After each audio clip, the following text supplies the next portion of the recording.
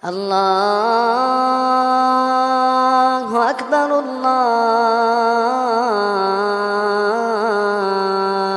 أكبر. إن الحمد لله نحمده ونستعينه ونستغفره ونؤمن به ونتوكل عليه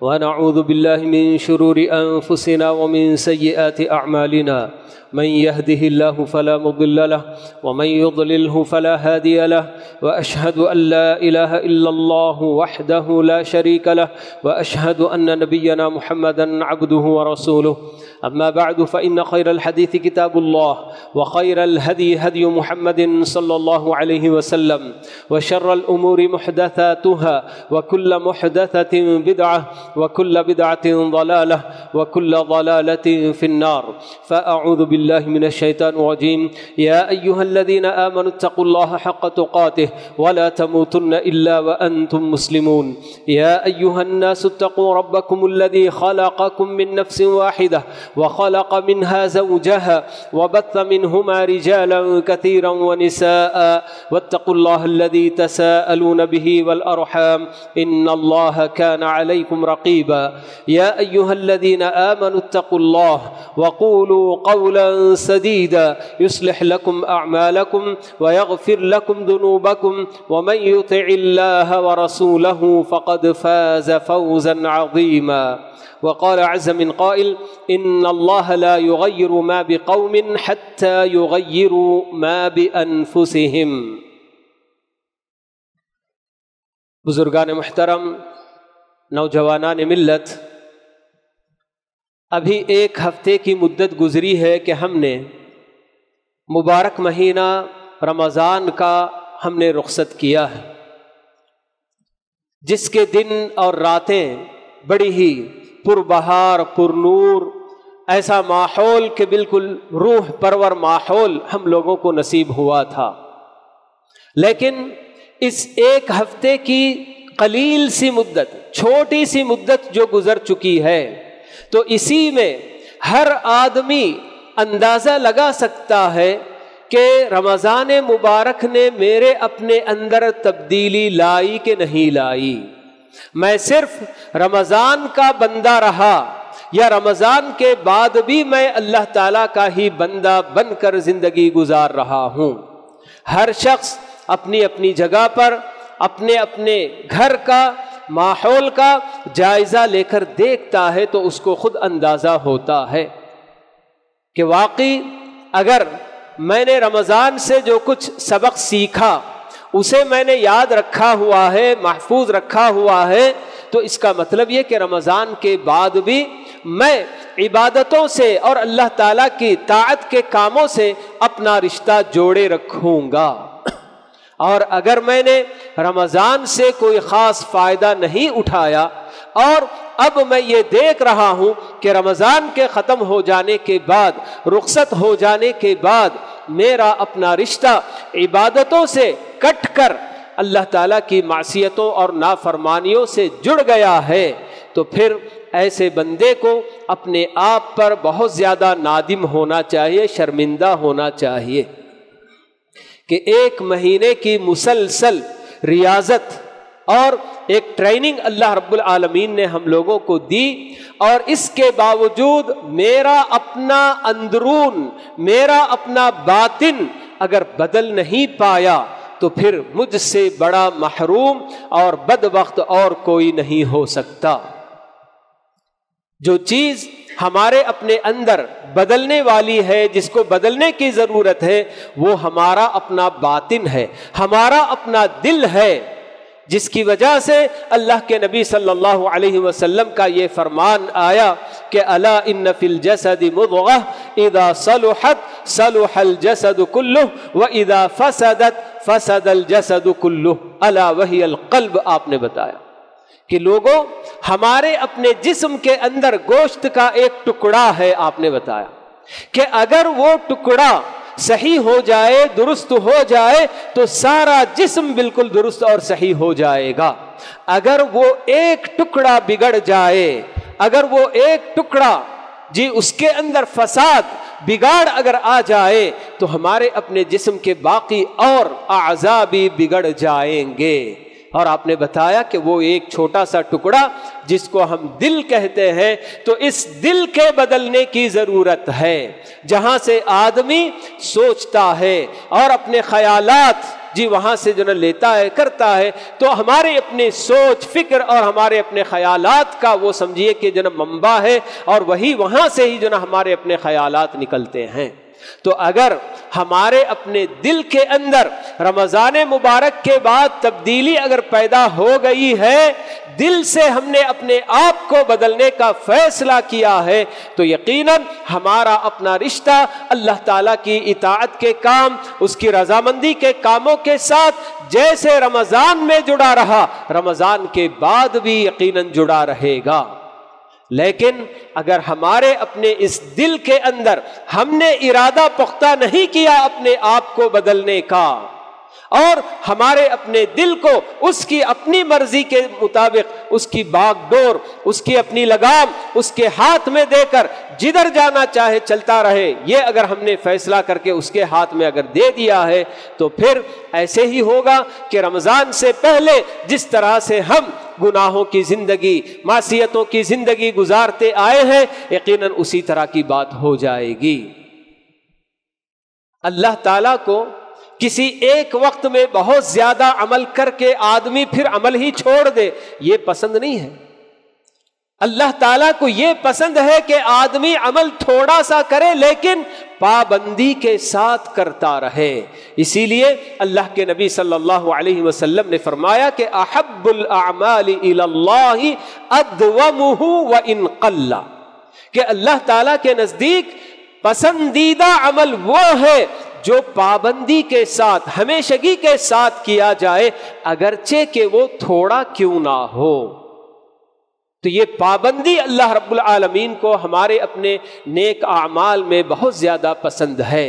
اور ہمارا اپنا دین جو کہ اعمال صالحہ کا بالکل دین ہے، اور یہ ایسا دین نہیں کہ کسی ایک خاص زمانے کے ساتھ عمل صالح کرنے پر ابھارتا ہو۔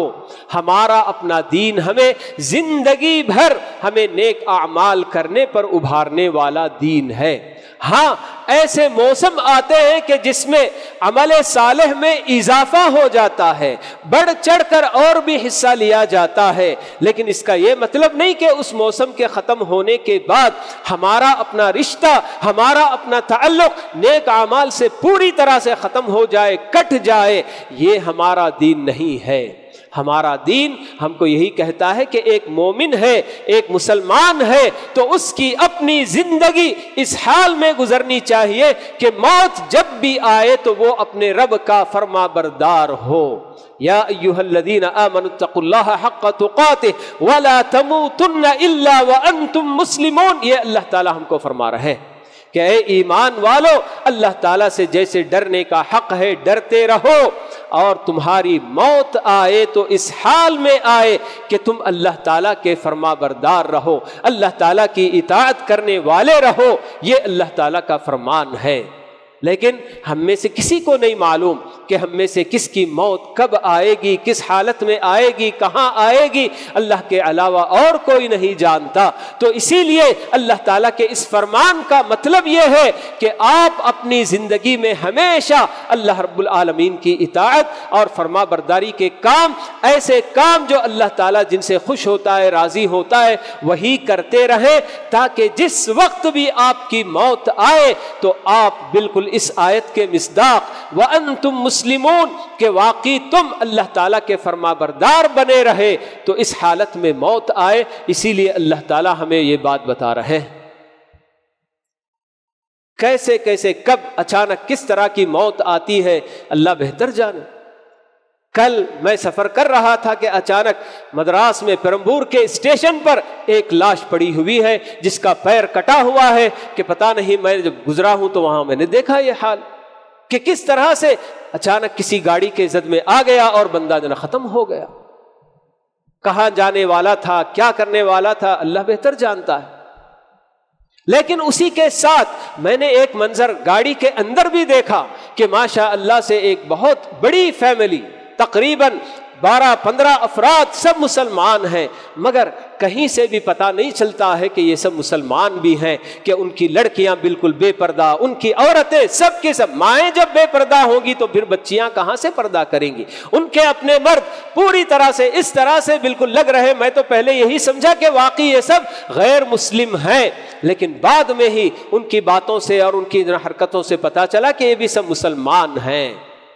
لیکن اسلام کی کوئی چیز ان لوگوں کے اندر نظر نہیں آ رہی کہ پوری طریقے سے گلے میں اور ہاتھوں میں پیروں میں سب یہاں سے وہاں تک ڈوریاں بندھی ہوئی اور کیا کیا سب بندھے ہوئے، اور اوپر سے کسی کے اوپر کوئی نہ لڑکی کے اس میں کسی پر کوئی پردہ، اور ان کے اپنے لڑکے یہاں سے وہاں تک ان کا رکھ رکھاؤ اور ان کی بناوٹ ظاہر سے ایسی لگ رہی گویا کہ یہ سب جو نا غیر مسلم ہے.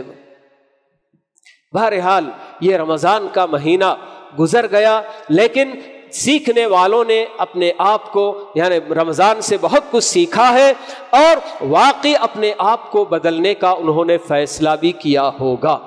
یہی بات اللہ رب العالمین ہمیں بتا رہے ہیں کہ ان اللہ لا یغیر ما بقوم حتی یغیروا ما بانفسہم، کہہ کر کہ اللہ تعالیٰ کسی بھی قوم کی حالت، کسی بھی ان کے اپنے احوال کو بدلتا نہیں جب تک کہ ان لوگوں کو خود اپنے آپ کو بدلنے کا خیال نہ آئے.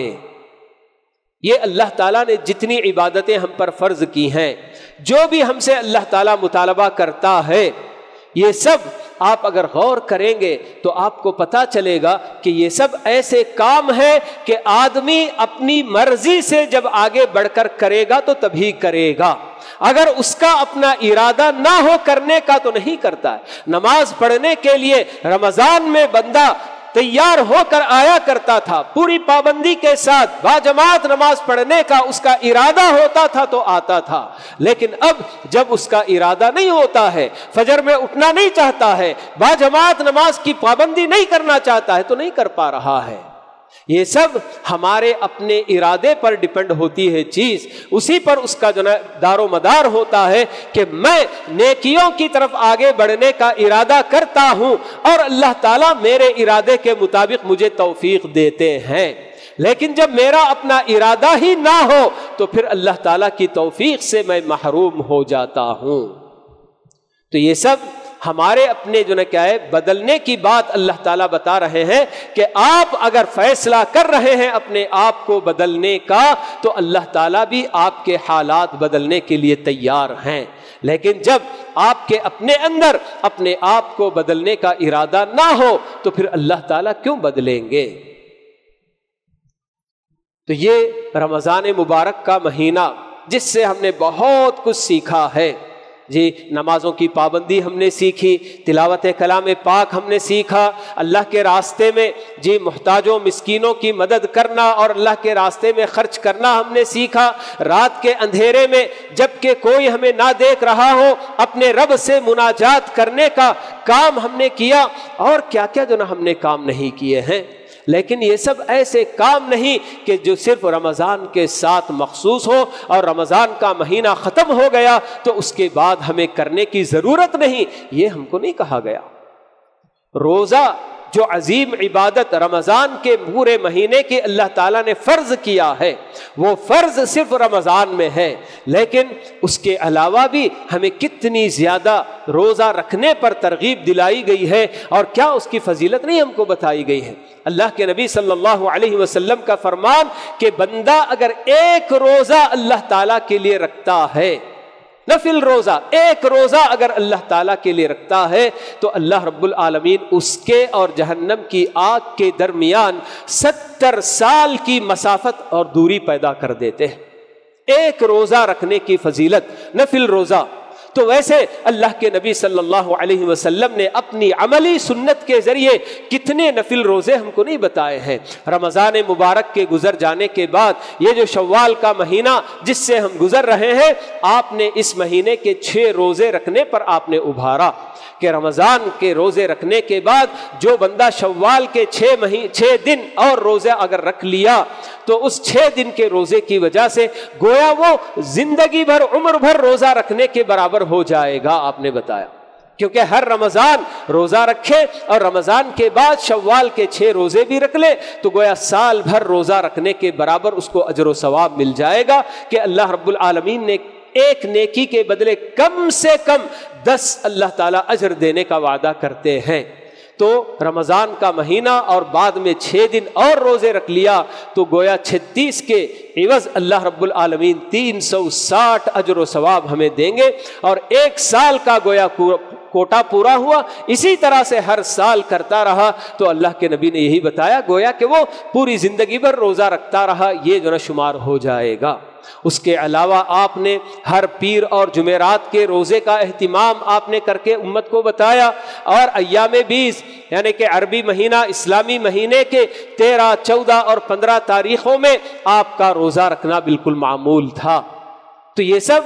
نفل روزوں کی ہمیں بہت زیادہ ترغیب دلائی گئی، اور اسی طرح سے قیام اللیل جو رات کی نماز، تہجد کی نماز جس کو ہم کہتے ہیں، ہمیں یہ بات بتائی گئی کہ فرض نمازوں کے بعد نفل نمازوں میں جو سب سے زیادہ افضل نماز ہے تو وہ یہی رات کی نماز ہے، تہجد کی نماز ہے، کیونکہ یہ وہ وقت ہوتا ہے کہ جس میں اللہ رب العالمین آسمان دنیا پر تشریف لا کر ندا دیتے ہیں، صدا دیتے ہیں ہم بندوں کو جو کہ اپنی نیند میں بالکل ایسے مگن ہوتے ہیں کہ ہے کوئی بندہ جو اٹھ کر مجھ سے اپنے گناہوں کی معافی مانگنے والا کہ میں اس کے گناہ معاف کروں، ہے کوئی اپنی ضرورتیں مجھ سے مانگنے والا کہ میں اس کی ضرورتیں پوری کروں۔ یہ اللہ رب العالمین کا روز رات کا معمول ہوتا ہے۔ اللہ کے راستے میں خرچ کرنے والی بات بھی یہ صرف رمضان کے ساتھ خاص نہیں بلکہ ہمیشہ کی بات ہے۔ اللہ کے نبی صلی اللہ علیہ وسلم فرماتے ہیں کہ ہر رات آسمان سے 2 فرشتے اترا کرتے ہیں۔ یہ صرف رمضان میں نہیں، پورے سال بھر کی بات ہے کہ ایک فرشتہ اللہ کے راستے میں خرچ کرنے والے کے حق میں دعا دیتا ہے اور کہتا ہے کہ اللہم اعط منفقا خلفا، کہ اے اللہ جو بندہ تیرے راستے میں خرچ کر رہا ہے اسے تو بہترین بدلہ عطا فرما۔ اور دوسرا فرشتہ بد دعا کرتا ہے بخیلوں کے حق میں اور کہتا ہے کہ اللہم اعط ممسکا تلفا،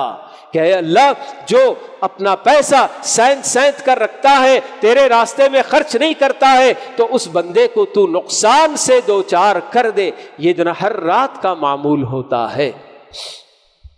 تو اس لیے رمضان مبارک سے جو کچھ ہم نے سیکھا تو اب بندہ خود اپنے آپ کا جائزہ لینے کی ضرورت ہے، ادھر ادھر دیکھنے کی ضرورت نہیں کہ رمضان کے بعد فلاں صاحب کیا کر رہے ہیں، فلاں صاحب کیا کر رہے ہیں، یہ دیکھنے کی ضرورت نہیں ہے۔ خود اپنے آپ کو اور اپنے گھر کے ماحول کو دیکھنے کی ضرورت ہے کہ میرا اپنا گھر رمضان کے مہینے میں کس طرح سے اللہ رب العالمین کی اطاعت اور فرما برداری کے کاموں میں بالکل جناب ماحول بنا رہا، اور یہ میرا اپنا گھر بڑا منور تھا، اور اب رمضان کے بعد میرا اپنا کیا معمول ہو رہا ہے، اور میرے اپنے گھر بار میں میرے اپنے بیوی بچے کیا کام کر رہے ہیں، کیسے کیا قرآن انہوں نے پورا 1 ہفتہ گزرا ہے تو کیا ہم نے رمضان کے بعد پھر سے قرآن کو ہاتھ لگایا، کیا ہم نے کوئی نفل روزہ رکھنے کا سوچا، یا کوئی نفل نماز ہم نے اپنے گھروں میں ادا کی ہے، یا اللہ کے راستے میں کوئی ہم نے کچھ خرچ کیا۔ یہ سب کچھ دیکھنے کی ضرورت ہے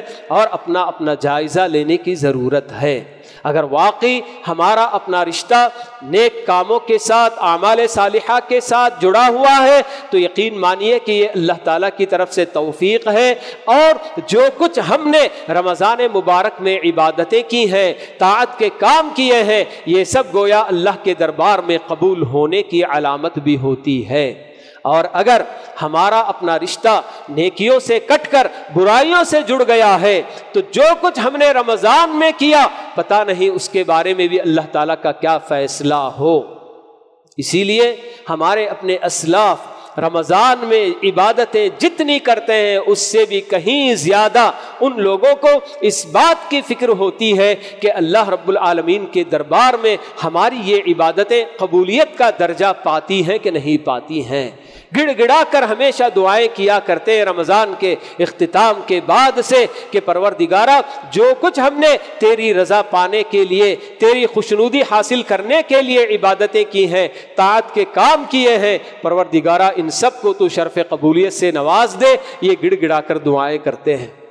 لیکن ہم اپنی جگہ پر ایسے بنے ہوئے ہوتے ہیں گویا کہ نیک اعمال کرنے کی ہمیں اللہ تعالیٰ کی مدد سے، اس کی توفیق سے کچھ ہم نے کر بھی لیا تو یہ سمجھتے ہیں کہ یہ اللہ تعالیٰ پر ہم بہت بڑا احسان کر رہے ہیں۔ ایسے کتنے لوگ ہیں جن کو شیطان اس طرح کا وسوسہ ان کے ذہنوں میں ڈالتا ہے، ان کے دلوں میں یہ بات ڈالتا ہے کہ رمضان میں تم نے بہت عبادتیں کر لی، اب آگے آئندہ آنے والے رمضان تک کے لیے وہ تمہارے لیے کافی ہے۔ اس طرح سے دھوکے میں مبتلا کرتا ہے، اور رمضان میں جو کچھ عبادتیں کی اس کے بعد کی برائیوں کے ذریعے اپنے وہ سارے اعمال برباد بھی کرا دیتے ہیں۔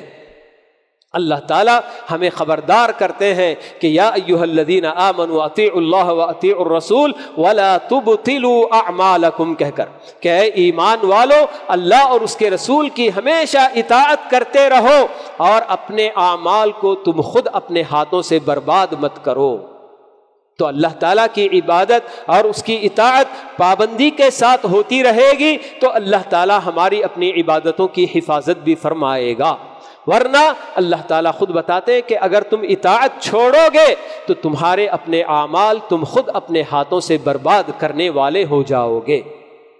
تو کتنی بڑی محرومی نہیں ہوگی کہ ہم ایک طرف سے عبادتیں کر کے ہمارے اپنے رب کا قرب حاصل کرنا چاہتے ہیں اور رب سے قریب تر ہوتے ہیں، پھر اس کے بعد اللہ تعالیٰ کی نافرمانیوں اور معصیتوں میں ایسے مگن ہو جاتے ہیں کہ اللہ تعالیٰ سے کہیں دور جو نہ چلے جاتے ہیں۔ ہم سب کو یہ بات بتائی گئی ہے، حدیث قدسی میں خود اللہ تعالیٰ ہمیں بتاتے ہیں کہ ما تقرب الی عبدی بشیء احب الی مما افترضتہ علیہ کہہ کر کہ میرا قرب حاصل کرنے کے لیے کوئی بندہ میرے اپنے نزدیک میرے فرائض سے زیادہ محبوب اور کوئی راستہ نہیں ہے۔ کوئی بندہ اگر چاہتا ہے کہ میرا قرب حاصل کرے تو اللہ تعالیٰ خود بتا رہے ہیں جو تقرب الہی یہ ایک مومن کا اپنا مقصد حیات ہونا چاہیے کہ میں زندگی گزار رہا ہوں تو اس لیے زندگی گزاروں کہ میں اپنی زندگی میں اپنے رب سے قریب ہو جاؤں، اور یہ پروردگار خود ہمیں بتا رہا ہے کہ ہاں میرے اپنے نزدیک قرب حاصل کرنے کا سب سے پسندیدہ طریقہ، میرا اپنا پسندیدہ طریقہ کیا ہے؟ تو اللہ تعالیٰ خود بتا رہے ہیں کہ میرا سب سے پسندیدہ طریقہ یہی کہ میں نے جو فرائض عائد کیے ہیں ان پر بندہ عمل کرے، ان کو بجا لائے۔ یہی اللہ تعالیٰ سے قریب ہونے کا خود اللہ تعالیٰ کو پسندیدہ طریقہ ہے۔ پھر اللہ تعالیٰ بتاتے ہیں کہ وَلَا يَزَالُ عَبْدِي يَتَقَرَّبُ إِلَيَّ بِالنَّوَافِلِ حَتَّى أُحِبَّهُ کہہ کر کہ بندہ فرائض کے بعد نوافل کے ذریعے بھی میرا قرب حاصل کرتے رہتا ہے یہاں تک کہ میں اس کو پسند کرنے لگ جاتا ہوں۔ تو یہ اللہ تعالیٰ کی محبت حاصل ہو جانا کسی بندے کے لیے اس سے بڑی دنیا میں اور کون سی سعادت ہو سکتی ہے؟ جب یہ سعادت بندے کو دنیا میں حاصل ہو جائے تو پھر اس کی اپنی زندگی بڑی پرسکون اور اطمینان کی زندگی گزرتی ہوئی اس کو خود محسوس ہوگی۔ بندہ خود محسوس کرتا ہے کہ جب اس کا اپنا دل کسی نافرمانی کے کام میں لگے اور کسی معصیت میں لگے تو ایک طرح کی وحشت وہ اپنے اندر پاتا ہے، اور دوسری طرف اللہ تعالیٰ کی اطاعت اور عبادت کر کے کیسا ایک سکون اور ایک لذت اس کو حاصل ہوتی ہے۔ تو یہ اللہ تعالیٰ نے اس کی اطاعت کے کاموں میں ایسی لذت رکھی ہے اور اس کی معصیتوں کے اندر اللہ تعالیٰ نے وہ وحشت رکھ چھوڑی ہے کہ بندہ جب اطاعت کے کام کرتا ہے تو ایک عجیب طرح کی اس کو لذت محسوس ہوتی ہے اور اطمینان اس کو نصیب ہوتا ہے، اور اس کے مقابلے میں جب وہ کسی نافرمانی اور معصیت کا کام کرتا ہے تو اس کے اپنے دل میں خود ایک عجیب طرح کی وحشت پیدا ہوتی ہے۔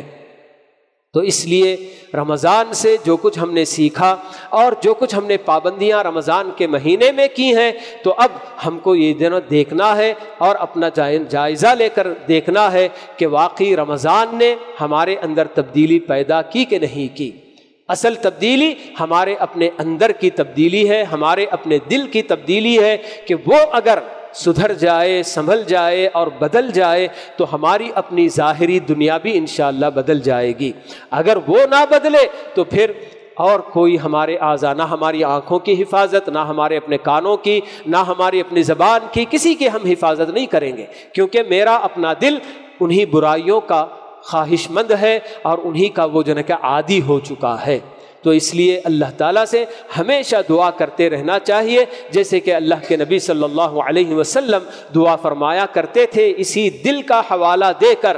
اللہم یا مقلب القلوب ثبت قلبی علی دینک، یا مقلب القلوب والابصار صرف قلبی علی طاعتک، آپ جو فرمایا کرتے تھے کہ اے دلوں کے پھیرنے والے، اللہ کے نبی صلی اللہ علیہ وسلم نے بتایا کہ سارے بندوں کے دل اللہ رب العالمین کی دو انگلیوں کے درمیان ہوتے ہیں، جیسے چاہے اللہ تعالیٰ ان کو پھیر دیتا ہے۔ تو اسی لیے آپ نے اسی کا حوالہ دے کر اللہ تعالیٰ سے دعا مانگی کہ اے دلوں کے پھیرنے والے، میرے دل کو تیرے دین پر جمائے رکھ، ثابت قدم رکھ، اور اے دلوں کے اور نظروں کے پھیرنے والے، میرے دل کو تیری اطاعت کی طرف پھیر دے۔ یہ آپ نے دعا کی ہے۔ یہ سب بڑی اہم دعائیں ہوتی ہیں کہ بندہ دل کے لیے اپنے جناب اللہ تعالیٰ سے یہ دعا ضرور کرتے رہنا چاہیے کہ جب دل سنبھل جائے گا اور اس کو سدھر جائے گا تو سارے اعضاء بالکل سنور جائیں گے، سدھر جائیں گے۔ تو اللہ رب العالمین سے یہی دعا ہے کہ اللہ تعالیٰ نے جن جن عبادتوں اور نیکیوں کو اللہ تعالیٰ نے رمضان مبارک میں ہم کو کرنے کی توفیق دی، اللہ رب العالمین ان سب کو شرف قبولیت سے بھی نوازے اور ان تمام نیکیوں سے ہمارا اپنا رشتہ ہمیشہ کے لیے جوڑے رکھنے کی اللہ تعالیٰ تم سب کو توفیق نصیب فرمائے۔ آمین۔ اقول قولی ھذا واستغفر اللہ لی ولکم ولسائر المسلمین من کل ذنب فاستغفروہ انہ ھو الغفور الرحیم۔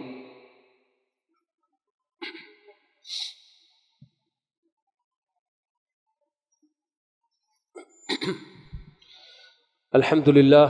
لله كفى وسلام على عباده الذين اصطفى اما بعد اللهم صل على محمد وعلى ال محمد كما صليت على ابراهيم وعلى ال ابراهيم انك حميد مجيد اللهم بارك على محمد وعلى ال محمد كما باركت على ابراهيم وعلى ال ابراهيم انك حميد مجيد وارض اللهم عن الخلفاء الراشدين الائمه المهديين ابي بكر وعمر وعثمان وعلي وعن سائر اصحاب نبيك اجمعين والتابعين لهم باحسان الى يوم الدين وعنا معهم بمن منك وكرمك وإحسانك يا أكرم الأكرمين ربنا آتنا في الدنيا حسنة وفي الآخرة حسنة وقنا عذاب النار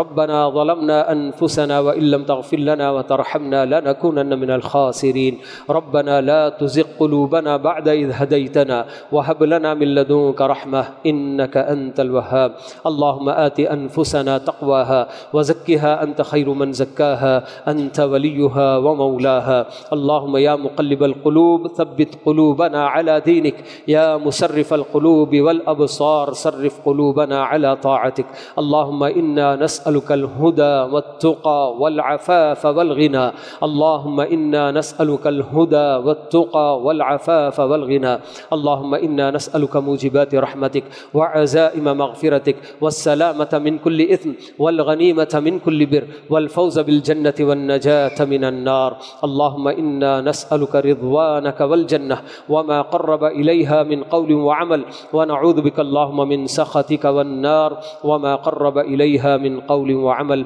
سبحان ربك رب العزة عما يصفون وسلام على المرسلين والحمد لله رب العالمين۔